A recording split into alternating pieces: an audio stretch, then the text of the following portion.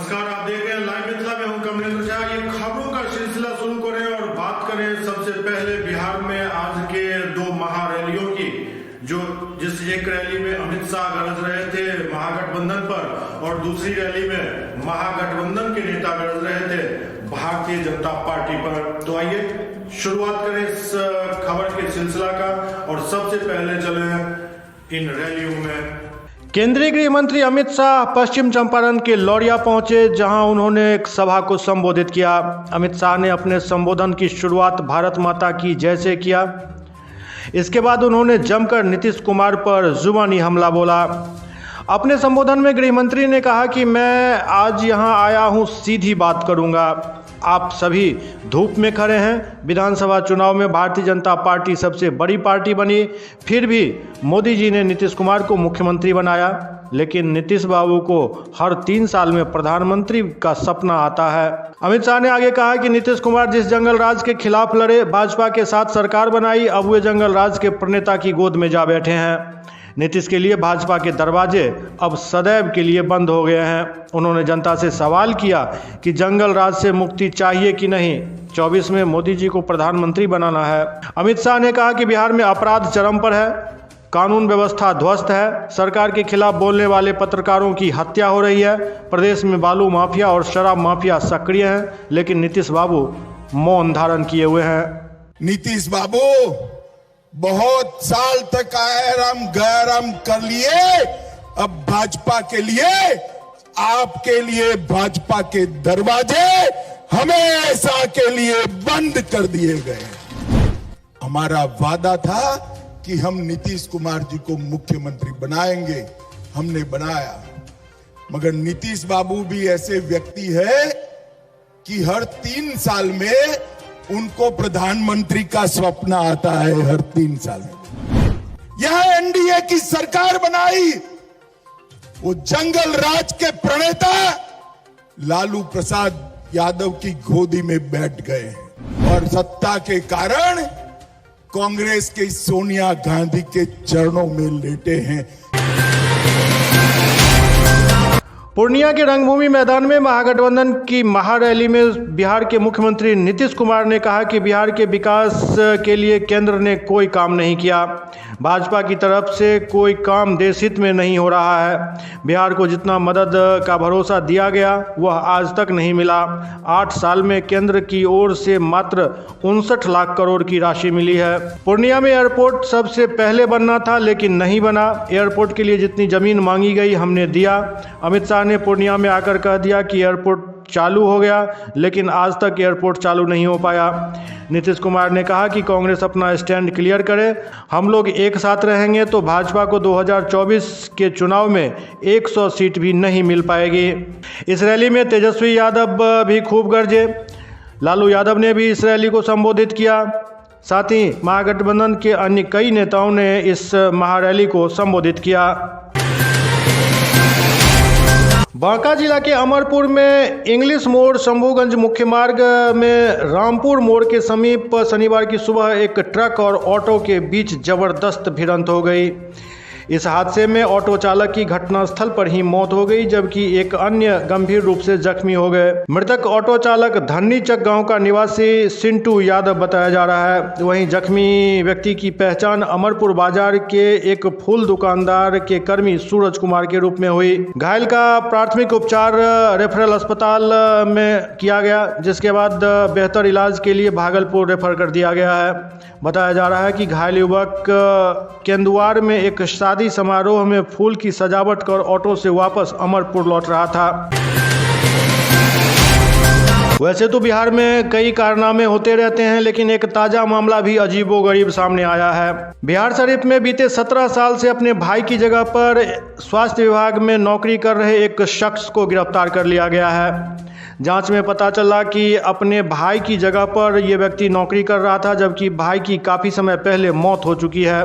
हालांकि आरोपी ने खुद को बेकसूर बताया। भाई की जगह नौकरी करने वाले स्वास्थ्यकर्मी श्यामनंदन प्रसाद को नूरसराय पुलिस ने बिहार शरीफ के इमादपुर मोहल्ले से गिरफ्तार कर न्यायिक हिरासत में भेज दिया। श्यामनंदन प्रसाद नूरसराय अस्पताल में अधिकारियों की आंख में धूल झोंककर 17 साल तक बतौर चतुर्थ वर्गीय कर्मचारी बनकर सेवा देता रहा। वह अपनी मंशा में सफल भी हो जाता यदि भाई जगदानंद प्रसाद की साली संगीता देवी डीएम से शिकायत नहीं करती। महिला के आवेदन पर डीएम ने तत्कालीन सीएस को जांच का आदेश दिया। जांच में ये चौंकाने वाले तथ्य सामने आए, जिसके बाद गिरफ्तारी हुई। पश्चिम चंपारण के बगहा के भैरवगंज थाना क्षेत्र से एक क्षत विक्षत शव बरामद किया गया। मृतक की पहचान जुड़ा गांव निवासी 21 वर्षीय वाल्मीकि यादव के रूप में की गई। सूचना पर पहुंची पुलिस ने शव को पोस्टमार्टम के लिए अनुमंडलीय अस्पताल भेज दिया। बगहा एसडीपीओ कैलाश प्रसाद और भैरवगंज थानाध्यक्ष राम उदय राम ने घटनास्थल पर मामले की जांच की। मृतक के पिता सुरेश यादव ने पुलिस को आवेदन दिया। इसमें गांव के ही रामाधार यादव, दीपक यादव, रामायण यादव, बंशी यादव, रुदल यादव, मुलायम यादव, गोलू यादव और 3 अज्ञात पर पुत्र की हत्या का आरोप लगाया है। पुलिस को दिए आवेदन के अनुसार वाल्मीकि यादव गुरुवार की शाम 6 बजे जुड़ा कुट्टी पर हो रहे यज्ञ को देखने गया था। जब वह रात 10 बजे तक घर नहीं लौटा तो खोजबीन की गई, लेकिन कोई अता पता नहीं चला। रोहतास जिले के सासाराम मुफस्सिल थाना क्षेत्र स्थित बसुहरा गांव में शुक्रवार की देर रात अपराधियों ने चौकीदार के भाई की गोली मारकर हत्या कर दी। घटना के बाद पुलिस गांव में कैंप कर रही है। मृतक की पहचान चौकीदार बबलू पासवान के 45 वर्षीय भाई मिंटू पासवान के रूप में हुई। मुफस्सिल थाना अध्यक्ष ने बताया कि बसुहरा गांव में अपराधियों ने मिंटू पासवान नामक एक व्यक्ति की गोली मारकर हत्या कर दी है। मृतक उसी गांव निवासी चौकीदार का भाई है। घटनास्थल पर पहुंची पुलिस मामले की छानबीन में जुट गई है। मृतक का शव गाँव के बाहर खेत से बरामद हुआ। घटनास्थल के पास एक पॉलीथीन में देसी शराब और खाने का सामान भी बरामद हुआ। अपराधियों ने मिंटू पासवान को कई गोलियां मारी हैं। मामले की छानबीन अभी जारी है। रायपुर में आयोजित कांग्रेस के 85वें महाधिवेशन में कांग्रेस की पूर्व अध्यक्षा सोनिया गांधी ने अपने संबोधन में कहा कि ये बहुत सुखद एहसास है कि अध्यक्ष के तौर पर मेरी पारी भारत जोड़ो यात्रा के साथ समाप्त हुई। मतलब सोनिया गांधी ने शायद राजनीतिक संन्यास का मन बना लिया है। अपने संबोधन में सोनिया गांधी ने केंद्र सरकार पर जमकर निशाना साधा। उन्होंने कहा कि प्रधानमंत्री नरेंद्र मोदी और भारतीय जनता पार्टी की सरकार ने सभी संस्थाओं पर कब्जा कर लिया है और विपक्ष की आवाज़ दबाने के साथ नफरत की आग भड़काई जा रही है। सोनिया गांधी ने आरोप लगाया कि भाजपा नफरत की आग भड़का रही है एवं अल्पसंख्यकों, दलितों, आदिवासियों, महिलाओं को निशाना बनाया जा रहा है। सोनिया गांधी ने अध्यक्ष के तौर पर अपनी पारी का उल्लेख करते हुए कहा कि यह मेरे लिए सम्मान की बात थी कि मैं वर्ष 1998 में कांग्रेस अध्यक्ष पद पर आई। 25 वर्षों में पार्टी ने कई बड़ी उपलब्धियां हासिल की और निराशा भी हाथ लगी। उन्होंने कहा कि यह बहुत ही सुखद स्थिति है कि अध्यक्ष के तौर पर उनकी पारी भारत जोड़ो यात्रा के साथ पूरी हुई। I congratulate all party workers who have worked hard for the Yatra, the colleagues, young and old, who took part in it, and the lakhs of people of India for their participation, support, and affection. I especially thank Rahulji, whose determination and leadership were crucial in the Yatra's success. Friends, this is a particularly challenging time for the Congress and for the country as a whole. Prime Minister Modi and the BJP RSS regime has relentlessly captured and subverted every single institution. It ruthlessly silenced any voice of opposition. It has caused economic ruin by favoring a few chosen businessmen at the expense of all others and of the people, of ordinary people. यात्राओं के इस season में जनसुराज यात्रा कर रहे प्रशांत किशोर ने लालू, नीतीश और मोदी पर फिर से तीखा हमला किया। प्रशांत किशोर ने कहा कि लालू, नीतीश, मोदी सबको जिताकर देख लिया आपने। ऐसी कौन सी पुरानी बीमारी बिहार को हो गई है जिसका रोग ही पता नहीं चल रहा। आधा से ज्यादा आदमी, आज वही आदमी हमसे बहस कर रहा है। तारा बुझाता मोदी जी से बिहार देश के कल्याण हुई, अब के बहस करे जाओ। ठीक बा भाई, मोदी जी से विकास हुई मान लेनी।